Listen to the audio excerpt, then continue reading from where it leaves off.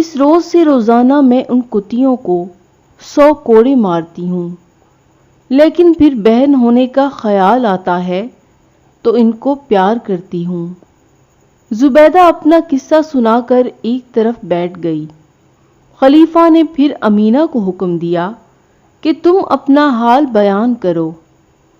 یہ سن کر امینہ خلیفہ کے سامنے ہاتھ باندھ کر کھڑی ہو گئی اور اپنا حال اس طرح سنانا شروع کیا۔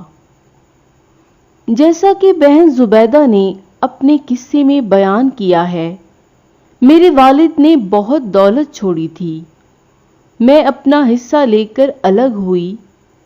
کچھ مدت بعد میں نے ایک جوان سالے سے عقد کر لیا، لیکن وہ تھوڑے ہی دنوں بعد فوت ہو گیا۔ مجھے اس سے بہت محبت تھی، چنانچہ میں نے عہد کر لیا کہ نکاح ثانی نہیں کروں گی۔ روپیہ پیسہ کی میرے پاس کوئی کمی نہ تھی۔ میں اطمینان سے اپنے گھر رہنے لگی کہ پتہ چلا کچھ دنوں بعد میری ایک عزیز کی شادی ہے۔ اس تقریب میں امیر المومنین کے ہاں سے بھی بعض خواتین آئیں گی۔ مجھ سے رشتہ داروں نے کہا کہ واقف نہیں ہیں، اگر تم چلو اور ان کی تواضع کا انتظام کر دو تو عین نوازش ہوگی۔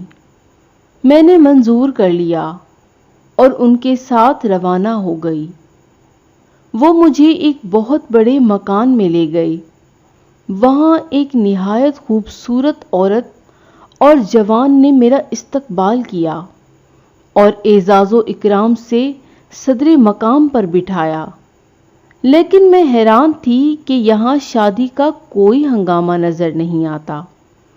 وہ عورت میرے پاس بیٹھ گئی اور کہنے لگی کہ بہن معاف کرنا، شادی تو ایک بہانہ تھا، اصل بات یہ ہے کہ بہت بڑے افسر کا لڑکے کا تم پر دل آ گیا ہے۔ اس کا حال بہت ہی ابتر ہے، تم اس پر کرم کرو اور شادی کر لو۔ یہ سن کر میں بہت ہی ناراض ہوئی کہ کیا یہی شریفوں کا شیوا ہے؟ ابھی میں شاید کچھ اور سخت سست کہتی کہ ایک نہایت خوبصورت نوجوان اندر آیا اور مجھ سے دست بستہ کھڑا ہو کر شادی کی درخواست کرنے لگا۔ اندازے سے میں نے سمجھ لیا یہ کسی بہت بڑے آدمی کا لڑکا ہے، اس لیے بہت زیادہ سختی بھی نہیں کر سکتی تھی۔ جب میں نے کوئی جواب نہ دیا تو کہنے لگا کہ میری جان پر بنی ہے، جب تک تم اقرار نہیں کرتی تمہیں جانے نہیں دوں گا، اور اگر بات بڑھی تو خیر میں اپنی جان ہی دے دوں گا، لیکن تم بھی بغداد میں رسوا ہو جاؤ گی۔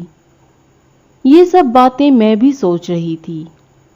آخر میں نے دل کو سمجھایا کہ نوجوان ہزاروں میں سے ایک ہے، صاحب عزت و وقار والا ہے، خاموشی سے قبول کر لینا ہی بہتر ہے۔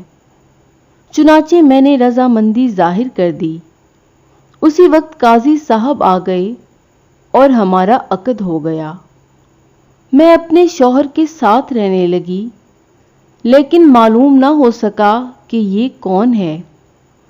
ایک روز میں بازار میں کپڑا خریدنے گئی۔ ایک دکان پر میں نے کپڑا دیکھا اور قیمت دریافت کی تو دکاندار نے بڑی گستاخی سے کہا کہ صرف ایک بوسہ۔ میں بہت ناراض ہوئی اور چلنے کا ارادہ کیا۔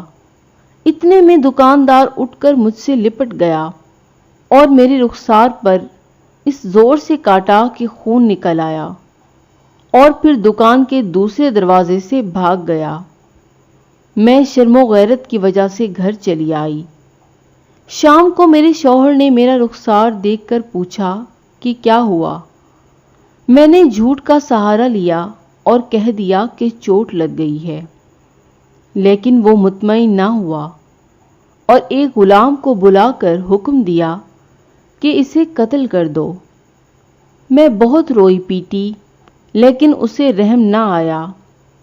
آخر وہ بوڑھی عورت جو مجھے لائی تھی اس کے قدموں میں گر پڑی۔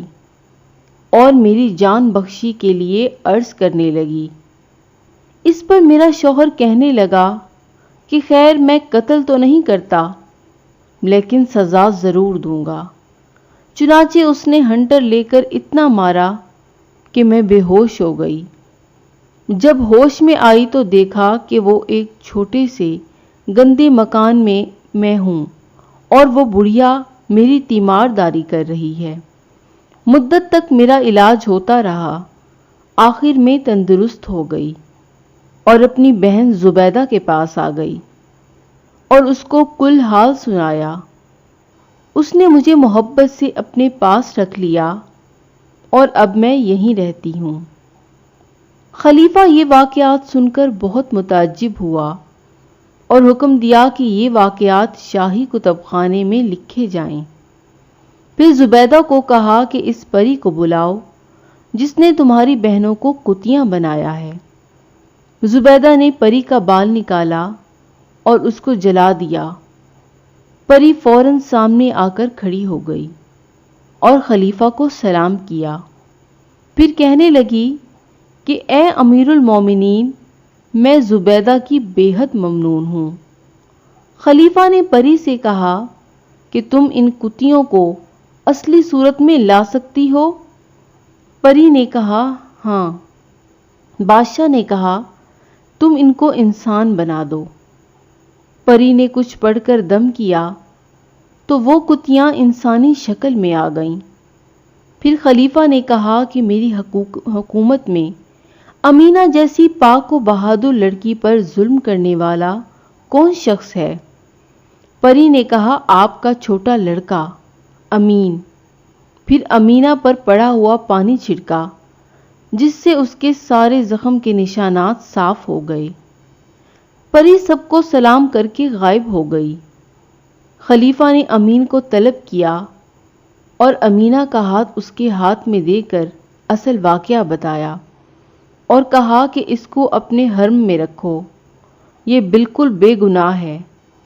زبیدہ نے خلیفہ سے خود عقد کیا اور تینوں قلندروں کا نکاح زبیدہ کی تینوں بہنوں سے کر دیا۔